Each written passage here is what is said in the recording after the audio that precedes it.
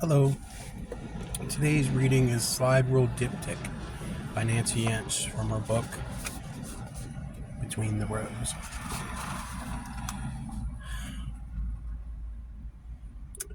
It says, Slide Rule Diptych. The slide rule quivered from Pop's hands. Its hairline calculations began to stumble.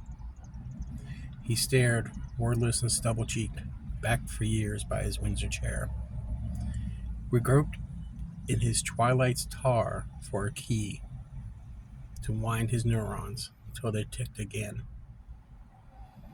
Our only clues, the blurred glass negative of a tall man proudly dwarfed by Garden's corn, the dusty violins he bought and sought to copy for the love of their song.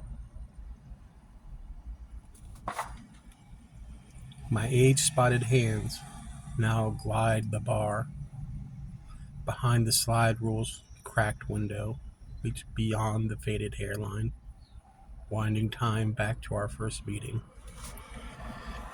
At this same desk, but the room were walls painted orange, swaddled in aura of love-worn stuffed animals, matches, and sealing wax.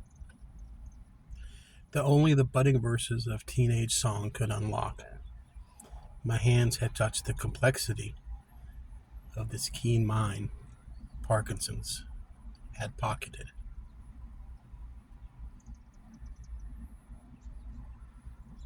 There's little I can say or need to say to analyze this particular poem. The author clearly lost someone whose mind was lost before they were. And that's a horrible thing to survive, have to somehow learn how to cope with. Poetry, it's very good because if you never had someone who lost to any kind of degenerative disease, you've now got an idea of what you're looking forward to if you find out a loved one has something like this.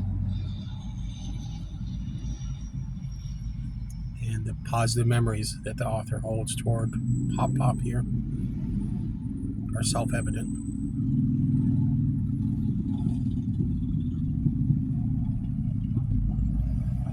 I do like the title because it's what it is.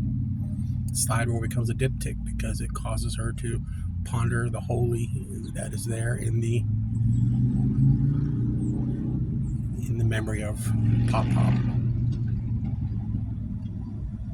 It seems like a contradiction. A slide rule is a mechanical device used for precision mathematical calculation, typically for scientific purposes, which relies relying on observational evidence.